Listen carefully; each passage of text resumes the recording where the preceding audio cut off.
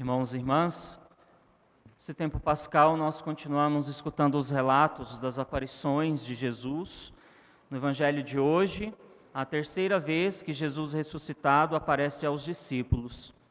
Frente a esta imagem da terceira aparição de Jesus, nós temos também uma outra imagem que talvez passa despercebida de todos nós e que pode nos ajudar a perceber que os discípulos tiveram um tempo ainda de assimilação em relação aos fatos e também àquilo que Jesus dizia a respeito da sua morte e ressurreição. Que contexto é esse? Eles voltaram para o seu cotidiano, para a vida normal, a vida que tinham antes de conhecerem Jesus.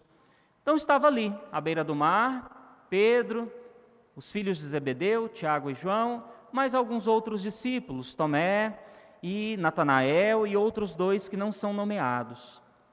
Então retomaram a sua vida, voltaram a pescar, estavam exercendo o seu ofício. Então Pedro toma a iniciativa de ir pescar, os outros discípulos vão juntos, e aí aonde as coisas começam a mudar. Primeiro, a primeira parte do Evangelho nos apresenta duas pescarias. Uma vez, a pescaria dos discípulos, aquela que eles começam por iniciativa própria, e a outra, aquela que foi motivada por Jesus Cristo.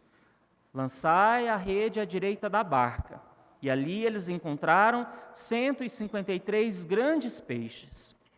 Primeiro, eles estavam num estado de frustração, porque pescaram a noite inteira e nada conseguiram pegar. Então, escutando a palavra de Jesus, lançaram as redes. Este número simbólico nos apresenta uma imagem de totalidade. As redes, a imagem da igreja. A igreja que abarca todos aqueles que se dispõem ao seguimento de Jesus Cristo. Todos aqueles que se colocam dentro desta comunidade de fé e de amor instituída por Jesus Cristo. E é justamente aí que nós precisamos mudar a nossa concepção de ser igreja. Nós não podemos ficar com uma imagem de igreja apenas institucionalizada, porque enquanto nós estamos alimentando a imagem da igreja institucionalizada, nós não colocamos o Evangelho em prática. A comunidade que Jesus Cristo inicia é uma comunidade de anúncio, de evangelização. Então nós precisamos perceber a necessidade de nos colocarmos de um modo ativo dentro da igreja, e não de um modo de espectador, onde nós nos colocamos dentro da nossa zona de conforto e apenas assistimos. Precisamos nos deparar com a imagem, com as palavras do Evangelho e nos medir por ela. À medida que o Senhor nos propõe, nos impele a um novo modo de ser, a um novo modo de existir, nós precisamos pesar na nossa própria balança, do nosso juízo, como estamos de fato colocando isso em prática. É importante porque senão nós deixamos o Evangelho morrer na indiferença. Nós celebramos há poucos dias, de um modo intenso, bonito, jubiloso, os dias da Semana Santa, proclamamos a Páscoa de uma forma muito bonita, e aí parece que nós voltamos no nosso estado de indiferença, seguindo, de acordo com o que a massa vai nos levando. Talvez em algum momento, nós somos tocados nos nossos sentimentos, com os fatos, os eventos que vão acontecendo no mundo, na igreja, mas não conseguimos romper com isso. Não conseguimos ouvir a palavra do Senhor para fazer diferente. Então, à medida que os discípulos acolheram a palavra de Jesus, então eles começaram a colher os frutos dessa escuta, uma escuta obediente, fiel, uma escuta dócil. Falta no nosso interior docilidade. Talvez nós tenhamos a compreensão do amor de Deus, tenhamos a compreensão da doação total de Jesus Cristo para nos redimir dos nossos pecados e nos reconduzir à vida, mas se não tivermos docilidade à ação do Espírito Santo, então de nada adiantou. Depois desse momento da pesca, onde eles trouxeram o peixe, então fizeram ali um momento de comer. Várias vezes. Jesus Cristo está à mesa com os discípulos, na Santa Ceia, com os discípulos de Emaús, aqui depois desta pesca milagrosa, para nos ajudar a entender que nós somos dependentes de sinais. Os discípulos não reconheceram a Jesus, só depois que viram a quantidade de peixes é que João, o discípulo amado, pôde dizer aos outros: é o Senhor. Então nós precisamos reconhecer a presença do Senhor mais vezes na nossa vida. Não no sentido de quantidade. Não é isso.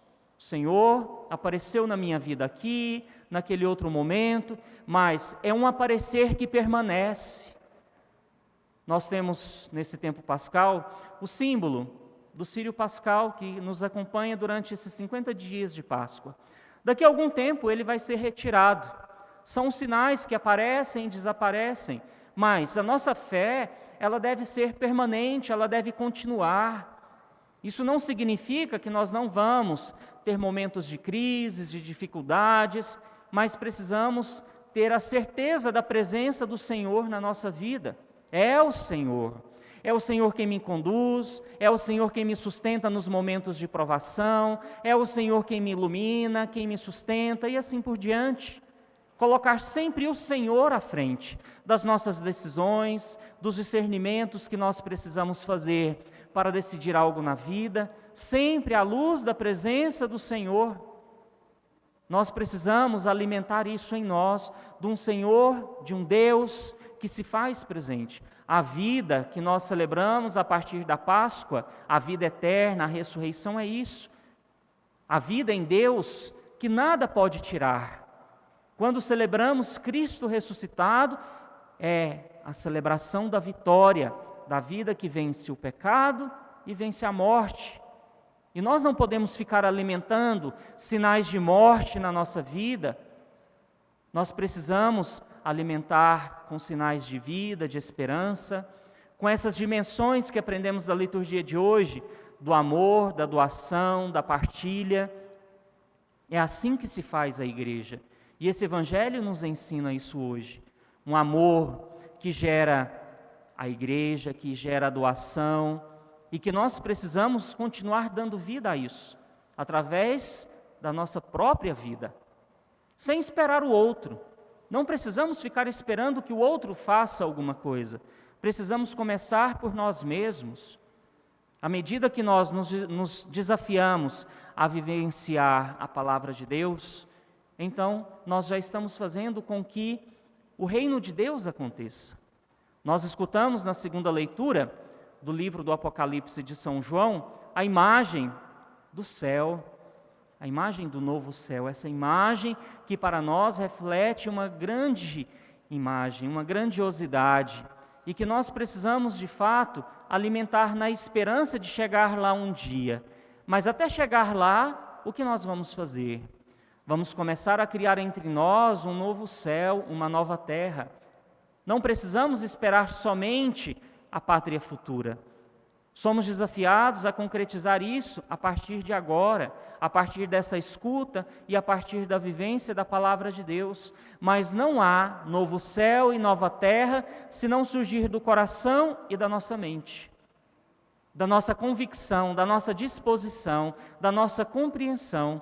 É a partir daí, do íntimo, do nosso interior, que nós vamos conseguir dar passos significativos. Nós entramos também nesse diálogo entre Jesus e Pedro. Jesus faz pergunta a Pedro 3 vezes a mesma questão. Pedro, filho de João, tu me amas mais do que estes? Sim, Senhor, tu sabes que eu te amo. Na terceira vez, São João nos apresenta no Evangelho que Pedro ficou triste porque o Senhor perguntou 3 vezes, como quem estivesse duvidando da sua capacidade de amá-lo.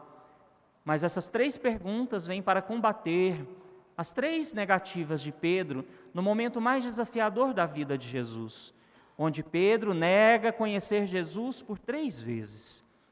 Então, a nossa necessidade de demonstrar a capacidade de amar.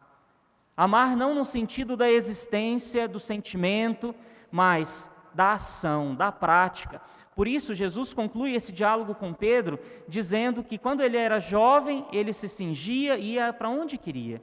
Mas quando for velho, eles vão cingi-lo e vão levá-lo para onde ele não quer, para dizer que o seguimento ao Evangelho, ele nos compromete a realidades que nós muitas vezes não esperamos e quando esperamos nós não queremos. Então, irmãos e irmãs, fica para nós o convite de Jesus do final do Evangelho, o seguimento, segue-me. E, associado a isso ainda, aquilo que Pedro responde ao Sinédrio, quando eles são provocados por conta do anúncio de Cristo ressuscitado. É preciso obedecer a Deus antes que aos homens. Então, que nós saibamos morrer em nós as nossas próprias vontades, o nosso egoísmo, a nossa vaidade, que nós saibamos sair da nossa vida status, tantas outras coisas que podem, talvez, preencher em algum momento a nossa vida, mas são todas coisas passageiras. E assim fazer com que Deus, a sua vontade, o seu amor prevaleçam em nós. Louvado seja nosso Senhor Jesus Cristo.